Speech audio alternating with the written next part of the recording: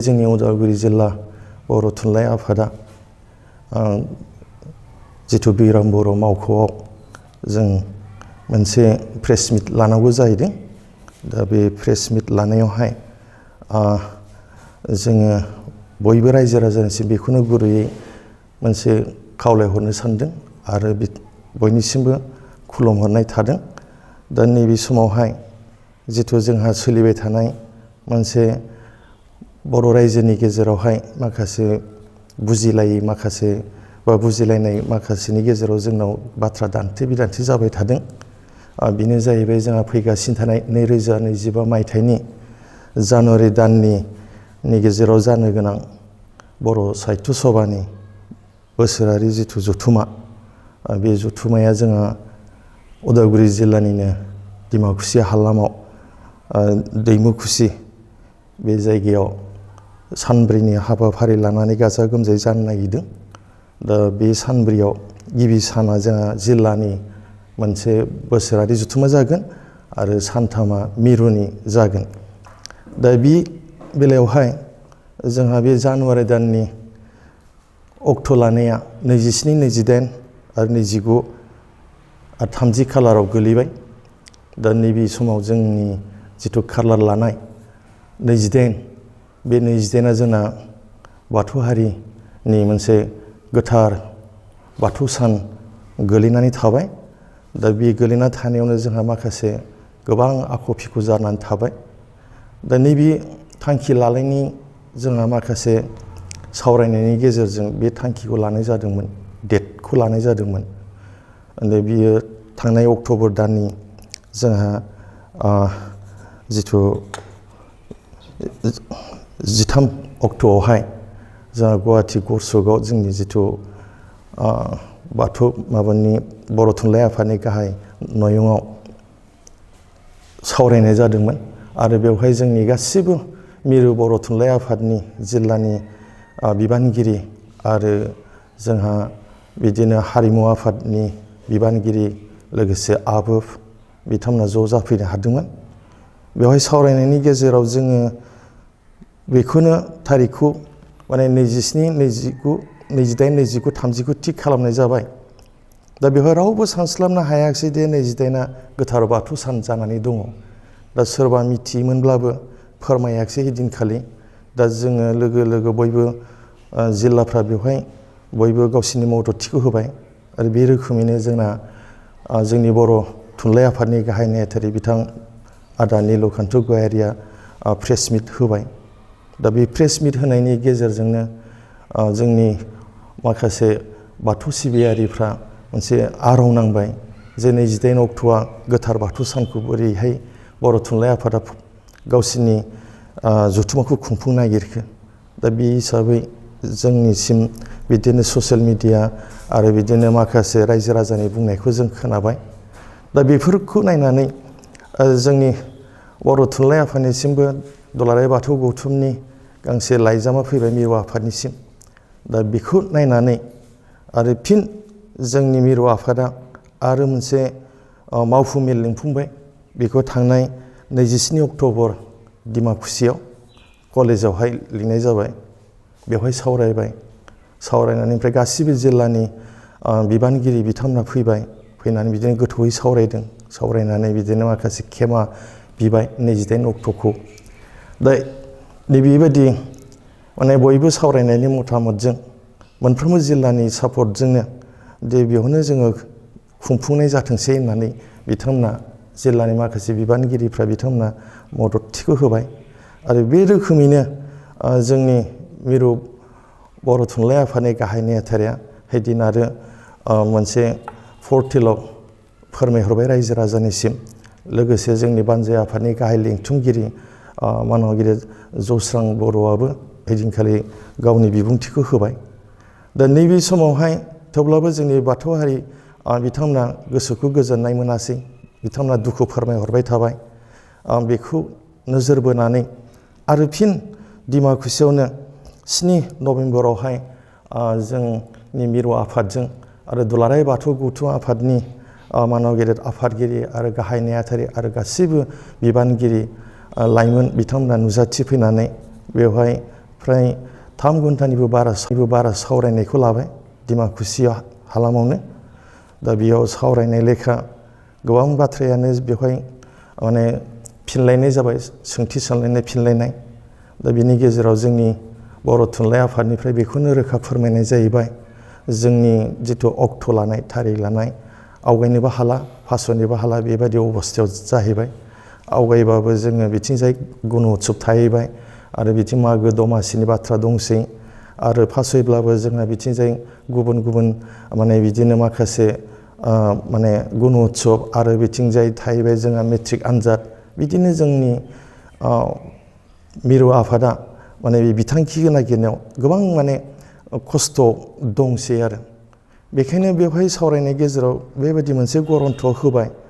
जोंनि दुलाराय बाथौ गौथुमनि आफादनि सासे मानव गेदेर बिथाङा मोनसे फोरमायथि होबाय जे नोंथांमोनाबो फासयनो हालाबा जोंबो नोंथांमोननि बेबायदि 28 अक्ट'आव गोथार बाथौ सानाव जुदि नोंथांमोना हाबाफारि लादोंब्ला जोंबो बेवहाय नोंथांमोनजों मदद गैला। नोंथांमोनाबो जुदि नोंथांमोननि मोनसे आइडिय'लजि बा संबिधानजों थाङोब्ला नोंथांमोनाबो थांदो, जोंहाबो संबिधान दं जोंबो थांनोसै, बेबायदि होननानै मोनसे जोबथानाय थांखिखौ लानाय जादोंमोन। दा बिनि गेजेरावबो जोङो माखासे बाथ्राखौ सावरायदोंमोन जे जोंनि बर' थुनलाइ आफादखौ माखासे ससियेल मिडियायावहाय माने जाथारै माखासे सोदोबफोरजों जोंनि मिरुनि गाहाय नेहाथारि बिथां नीलकान्त गयारीखौ माने बेक्तिगत भाबे बिथांखौ माने सोंखारिदों आरो नारसिनबाय थादों। नैबे बेलायावहाय माने जों बेवहाय सावरायलायनायबो जादों।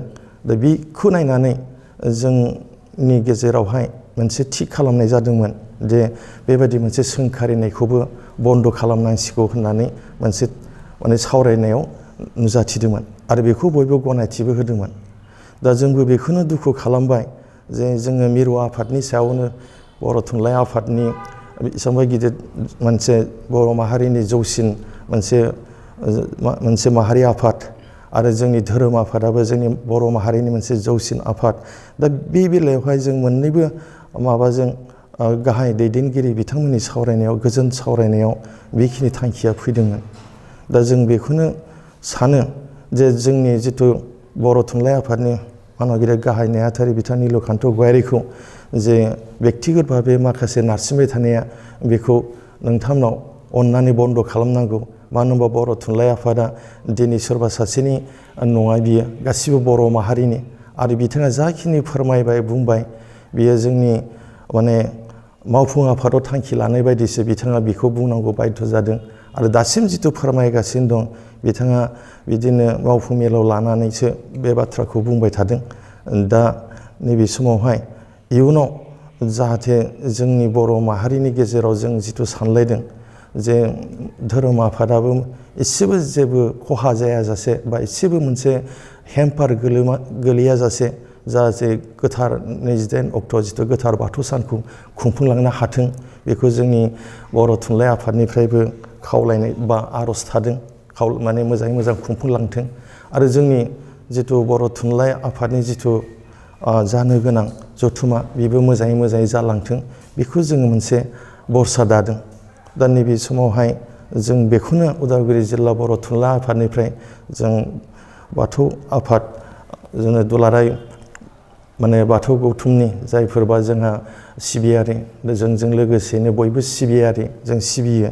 दा नैबे बेलायावहाय जों जाहाथे गावजों गाव दुखु मोनलायाजासेनो जोंनि बे माहारियारि आफाद बर' थुनलाइखौ अनसायनानै लागोन आरो नोंथांनिफ्राय मददथिखौ मोनगोन होननानै जों उदालगुरि जिल्ला बर' थुनलाइ आफादनिफ्राय गुरैयै बाथौ गौथुमनिसिम मानव गेदेर दौरि दौसि गोथारै आरो नोंथांमोननि जिथु दैदेनगिरि बिथांमोननिसिमबो मिरुनि गाहाय आफादगिरि आरो गाहाय नेहाथारि आरो गासिबो दैदेनगिरि माइनाव लाइमोन नोंथांनिसिम गुरैयै उदालगुरि जिल्ला बर' थुनलाइ आफादनिफ्राय खावलायहरनाय थाबाय।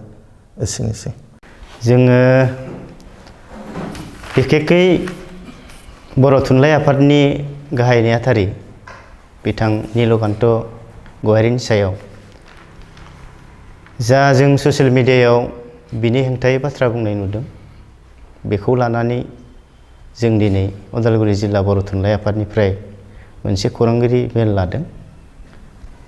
दा बेयाव जों बेखौनो बुंनो सानदों, दा बिथाङा सासे माहारियारि आफादनि गाहाय नेहाथारि जानानै बाथ्राखौ बुंखानांगोन। मानो होनना बुङोब्ला मोनसे आफादखौ सामलायनायाव नेहाथारिनि बिफावआ गोबां थायो। दा आफादाव माबाफोर थांखि बिथांखिफोर लायोब्ला बेखौ गाहाय नेहाथारियानो जोंनि रायजो राजाफोरनि गेजेराव बा गुबुन गुबुन आफादफोरनि गेजेराव बा सरकारनि खाथियाव बाथ्राफोरखौ रोखायै बुंनो गोनां जायो।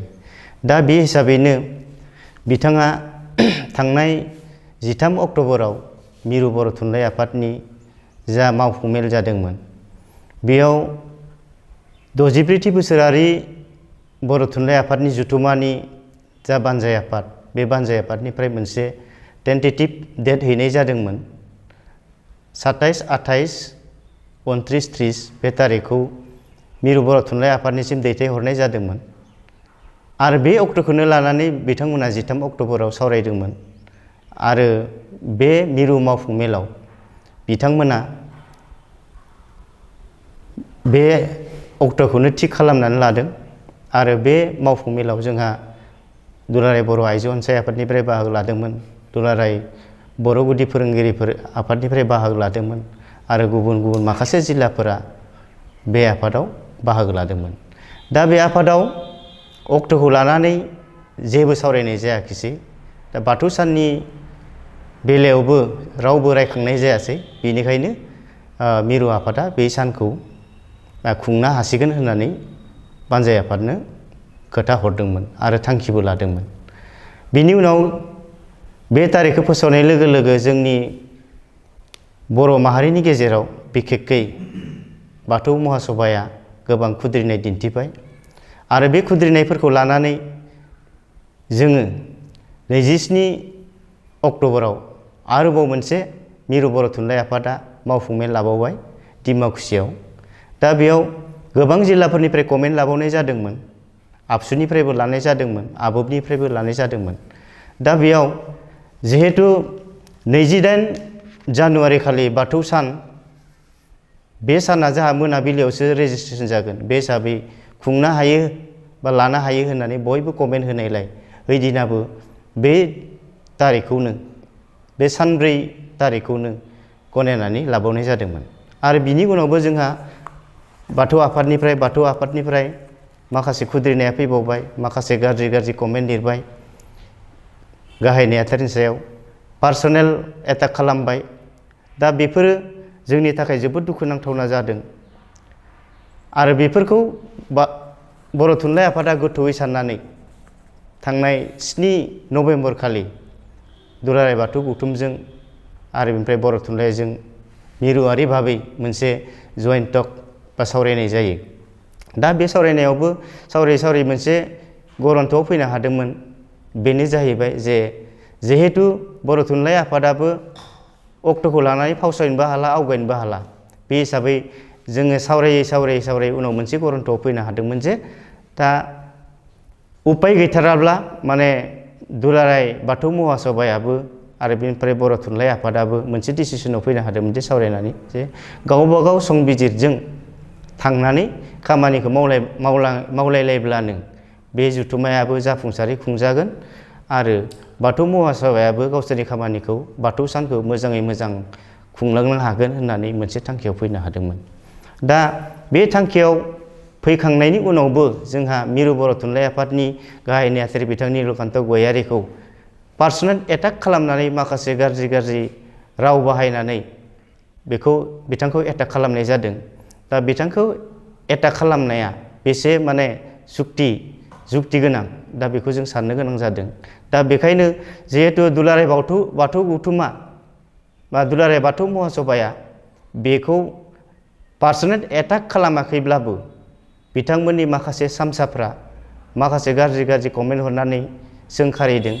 दा बेखौ दुलाराय बाथौ महासभाया जों अदालगुरि जिल्ला बर' थुनलाइ आफादनि खावलायनाय बायदिब्ला जों बेखौनो बुंनो सानगोन, बिथांमोननि जा सामसाफोर दं, जा माने ससियेल मिडियायाव गाहाय नेहाथारिखौ लानानै बायदिसिना बाथ्रा बुंदों, गाज्रि बाथ्रा बुंदों, बेफोरखौ माने टटेलि स्टप खालामनांगौ होननानै जोंनि जिल्ला आफादफोरनो जोंनि बिहाव आफादफोरनो बाथौ महासभाया गोख्रों बिथोन हरनांगौ आरो बे बन्द जानांगौ होननानै जों उदालगुरि जिल्ला बर' थुनलाइ आफादनिफ्राय खावलायदों।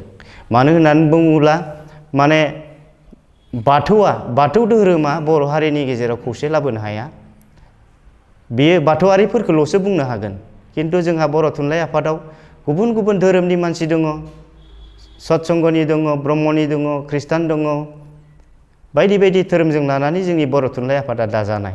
दा बाथौ धोरोमा खौसेथिनि बाथ्रा बुंबा बेयाव जेबो फिथाइ थायनाय नङा। दा बर' थुनलाइ आफादा जुदि बुङोब्ला बियो दुलाराय बर' माहारिजोंनो गनायथिनाय जागोन। दा बेखौनो जों उदालगुरि जिल्ला बर' थुनलाइ आफादनिफ्राय खावलायनो सानदों।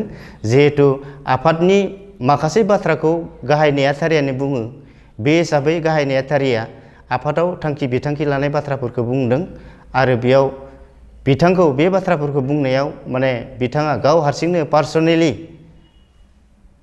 माने बुंदों, संबिजिरखौ सेफायदों, बिदि बुंनाय बाथ्राफोरखौ थाबैनो बन्द खालामनांगौ। बेखौ जों उदालगुरि जिल्ला बर' थुनलाइ आफादनिफ्राय खावलायबाय। गोजोन्थों। माखासे जिल्लाफोरखौ लानानै, माखासे सोद्रोमाफोरखौ लानानै आरो माखासे बर'नि आफादफोरखौ लानानै बेयाव जथायै सावरायनायाव बे लाखानाय 27, 28, 29, 30 अक्ट'आनो थाथोंसै होननानै बे सावरायनाया थि गनायथि जानाय बेखौ जों नुनो मोनदों आरो मोननो हादों। दा बिनि उनाव जोङो माखासे बिथिङाव जोङो बेयाव गोबां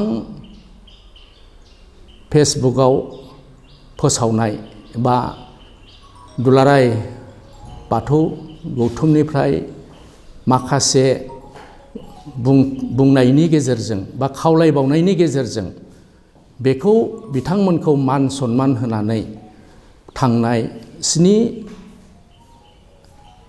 नभेम्बराव डिमाकुसियावहाय मोनसे जथायै सावरायनाय बे जादों आरो बे सावरायनायाव जोङो मोननो हादों गोबां दान्थे बिदान्थे जादोंब्लाबो बे दान्थे बिदान्थेनि गेजेराव जोङो नैबेखौ बुंनो सानो, दिनैनि बे रादाब बुब्लिनि गेजेरजों जे बर' थुनलाइ आफादा मोनसे गोबां धोरोमारि आफादजों सोमोन्दो थानाय, रायजो राजाफोरजों दाजानाय बे आफाद हिसाबै जों बेखौ माखासे बे सावरायनायाव जे 28 जानुवारिखौ गोथार बाथौ सानखौ जे बेयाव बाथौ साननि जों लोब्बा लानानै बर' थुनलाइ आफादनि माखासे हाबाफारिलायाव सोफानायखौ जों खावलायो होननाय खोथायाव जोंनि मानाव गेदेर बर' थुनलाइ आफादनि गाहाय नेहाथारि नीलकान्त बिथाङा बे मालाबाबो जानो हानाय नङा आरो बियो संबिधाननि बेरेखा जागोन होननानै बिथाङा बुंदोंमोन। आरो बे बुंनायाव माखासे सावरायनायनि गेजेरजों बेयाव मोनसे गरन्थआव फैदों जे बर' थुनलाइ आफादा गावनि संबिधान बायदि जि अक्ट'खौ लादों बिथांमोना खुंथोंसै आरो दुलाराय बाथौ गौथुमाबो गोथार बाथौ सानखौ गावनि संबिधान बायदियै खुंथोंसै होननायाव बे मोनसे गरन्थआव फैदों होननानै जोङो सानो। आरो बेजों लोगोसे नैबे जोंनि गेजेरावहाय दा जोङो दुलाराय बाथौ गौथुमनिफ्राय नङाब्लाबो जों माखासे बाहेरनिफ्राय फेसबुकआव बा बायदिसिना बाथ्रा बांसावनायखौ जों नुदों जे बिथांमोना माखासे संबिधाननि बा संबिजितनि खोथाखौ बिथांमोना फोरमायदों जे संबिजितआव जों नैबे गाहाय नेहाथारि जाहा बिथां नीलकान्त गयारी बिथाङा बुंनाया संबिजितनि बाहेरा जों बेखौ गनायथि होनो हाया होननाया नैबे धोरोमनि खोथाखौसो बिथाङा बुंदों। आरो बिथाङा बे धोरोमनि खोथाखौ बुंनानैसो संबिजितनि खोथाखौ बुंदों आरो बिथाङा मालाबाबो संबिजितनि आवथायाव बिथाङा बेरेखा बुङाखै। आरो नैबे खोथाखौ जोङो दायो फेसबुकआव नुनो मोनदों जे संबिधानाव मा लिरनाय दं होननानै माखासे बिथांमोनहा ओरैबायदि फोसावदों जे संबिधानाव लिरनाय दं बर' थुनलाइ आफादनि बोसोरारि जथुम्माया फेब्रुवारि दाननि नावसो जानो मोनगोन। जुदि माबा मोनसे उसुबिदा जायोब्ला बे उसुबिदानि थाखायसो बेखौ एप्रिल दानाव खुंहैनो हायो। अब्ला दिनै जानुवारि दानाव बोरै बे आफादा कनफारेन्स बा जथुम्माखौ लानो हाखो? माखासे बेबायदि कमेन्ट हरदों। आं बेखौ खावलायगोन जे खोथाया जों एसे नोजोर बोनो गोनां जादों जे जिथु जोङो नैबे समफोराव आरो बे संबिजिता थांनाय 2018 मायथाइयाव सोदांजानाय आरो जोङो नोजोर बोनांगोन जे भारत सरकार आसाम सरकार जोङो माखासे सोलोंथाइनि बिथिङाव जों ओरैबायदि जोङो मोननो हादों जे सोलोंथाइ बोसोरा जोंहा नैबे 2019निफ्राय बे सोलाय सोल' जाबाय। दा बेफोरखौ बिथा खालामनानैबो बर' थुनलाइ आफादा ओनसोलनि सुबिदा उसुबिदाखौ नायनानै जोङो बुंनांगोन थांनाय खैराबारियाव जानाय 62थि बोसोरारि जथुम्माया बियो जानुवारियाव जादोंमोन आरो पाटगावआव जानाय बेबो जानुवारियाव जादोंमोन आरो थिग बेबायदिनो बक'आव जिथु जथुम्मा जानाय बेबो जानुवारि दानाव जादों। बे जाहैबाय जे जोङो माखासे उसुबिदा सुबिदाखौ नायनानै बेखौ लानाय जादों आरो बेयाव संबिधाननि बेरेखा होननानै बुंनो हाया होननानै आङो बुंगोन। आरो दा जोङो नुदों जे नेहाथारिया संबिधाननि बेरेखा दायनिगिरि होननानै बिथाङा बुंदों। माखासे बिथांमोना बुंदों, नाथाय जों बुंगोन जे बिथाङा संबिधाननि बेरेखा मालाबाबो बुङाखै आरो बिथाङा बर' थुनलाइ आफादखौ मान होनानै बर' थुनलाइ आफादनि जिथु बेसेबा गिदिर मोनसे CAC जथुम, बे जथुमनि मोनसे नङा मोननै जथुमनि गेजेरजों जिथु थांखि लाबाय गासै जिल्लायानो बेखौ गनायथि होबाय।